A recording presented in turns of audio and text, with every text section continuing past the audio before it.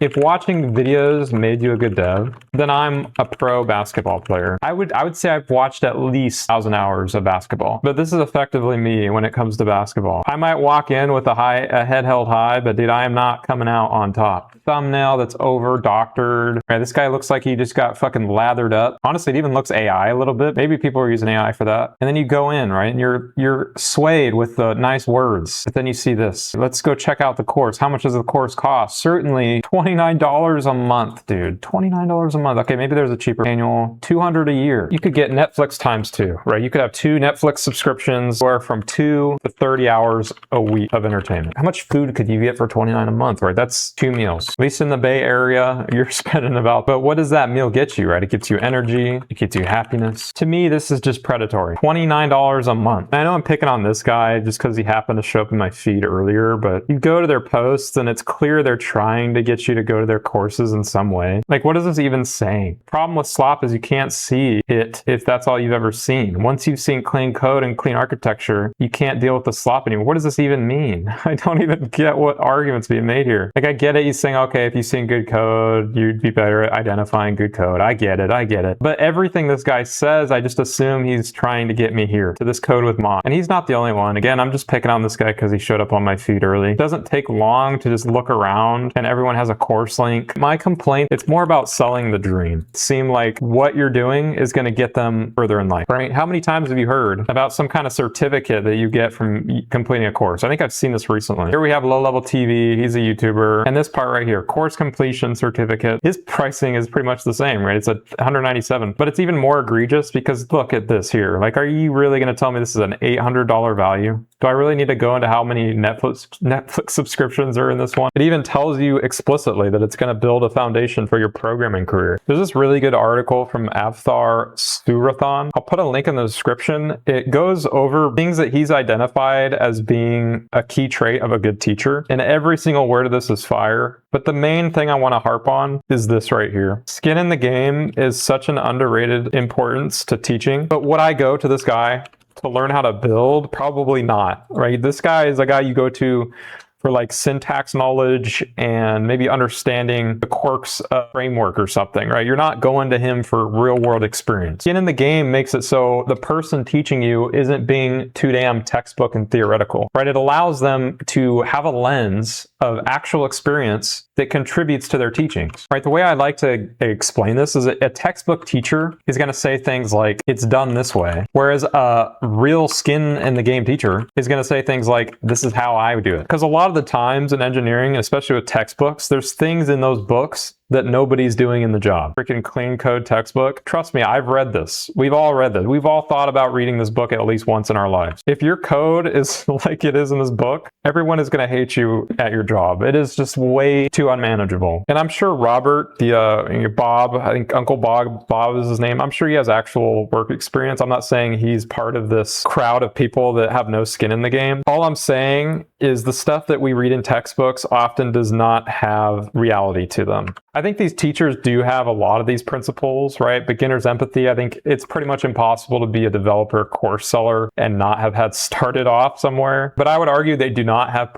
pillar 5 here, which is the long-term focus. Their focus is on the money, bro. They don't care about your career, right? You can go to Low Level TV and see this, oh, your programming career. He doesn't care about your career, right? This is the benefit of a salary teacher, by the way. Teachers don't get paid jack shit. They really don't. They get paid ass cheap. But the benefit to us as the students, it's not about the damn money, right? If you are, you've gone through college, what do teachers do? They have things like office hours, right? They're in-person teaching, answering questions, right? All of these functions that are achieved through a learning environment in a school is not the same on a YouTube video. And these things are important, right? Office hours, in-person teaching, answering questions. The salaried teacher is not doing it for the money because there's no freaking money in it, right? And the extra time they spend in these things doesn't really matter to their pocket. And this isn't just pre-AI. I mean, if we can go ahead and search here, right? We can search AI course. I'm sure people are selling AI courses these days. Oh, Lordy Jesus. All right, look at this. You're not behind it. How to use AI. Let me guess. This guy's got a course. Let's check. I've never seen this channel. First time seeing it. Immediately. Get my book. Join my free AI CEO challenge, right? Let's go try this challenge. I don't even need to read this and I just know it's sketchy. Up on a YouTube that wasn't like this. Dude, this was the guy I grew up with. I haven't watched his newer videos, I'll be honest with you, but dude, his older videos were absolute freaking bangers. Look at this. Raw as hell. He had the text editor open. Look at this. This is a modern operating system. There was no money in it back then. This was just purely just love to do it. People with their freaking unregistered hypercams in the top left just vibing out. My complaints aren't necessarily about the courses. It's about the selling of the dream. And AI doesn't do that. And I will argue AI is a more effective learning tool than videos will ever be. This is the value of a salaried teacher. Every time you pose a question, your brain to formulate this question has to check its ego out the door, right? This is what you're doing when you're asking a question. You're taking your brain, everything you know, and you're challenging it. And so you pose a question to the teacher, and there's two outcomes, right? There's either he answers it positively or he answers it negatively. Either way, you're going to learn from it. You've just reaffirmed your brain, right? You've reinforced it. This is basically reinforcement learning. I hate to use AI terms, but basically this is what this is, right? Every time you pose a question, you're challenging your brain if it's right or wrong, and depending how your teacher answers, it doesn't matter. At the end of the day, it is reinforcing your brain. Every time you're interacting with AI, you can ask a question to it, and you get the same brain benefit as if you were asking a teacher. And so while AI gets a bad rap about being awful and a terrible thing for humanity, yada yada, dude, we were much worse off, man. People were greedy as it was. We're now going to change the topic. We're going to do a lane switch here. We're going to switch to tips for learning with AI. And I'm not going to sell this to you, right? This is a free course. You do not need to pay for this one. This one's free. Number one, set the stage, right? Every time you start a context window, this is your opportunity to set the stage. You're going to tell it at the onset. I encourage you to come up with your own prompt, but this is what I would say. I'm trying to learn X. Please treat me like a student. Instead of providing the direct answer, give me nuggets that help me arrive there on my own, right? This is a very effective way to do it. I wrote this off the dome. I encourage you to, spend time with how you would want to prompt this. But effectively what you're doing here is you're having it think like an actual teacher, right? The job of the teacher is to get you to figure this out yourself, so that way you build the pathways for it. I'm going to set up the LM to, hey, this is what we're doing. Normally, frown upon skills. I think it's mostly technical debt, but in this context, it works well, right? The LM can refer to that every time and remind itself, hey, this is how it is. And I also encourage you to mess with this, right? Everyone learns differently. Like, I'm not going to get up here and say that everyone learns the same. And so there's certain things that you might find you learn better with. You should use this time to do so. Set the stage, right? Create a skill, whatever. Another thing you could do is have it keep a bank of previously asked questions. This can be helpful, if you want to make sure the LM's not just asking you the same question over and over again. And also if you're having it ask you a breadth of knowledge. Let's say you're trying to learn math. You would maybe have, question banks for each of these. And another benefit to this too is that it can keep track of your successes and failures, right? If we can build up a bank of like, hey, this guy sucks at this, the LM is going to give you more questions that help feed you into that. So that's always a benefit. I encourage you to do this part. I don't think it's required. Also, when it comes to setting the stage, right, don't be afraid to provide it an example exam, right? If I'm in school and I'm studying for an exam and I have a bunch of practice tests, I'm feeding that straight in and I'm not even going to bother with,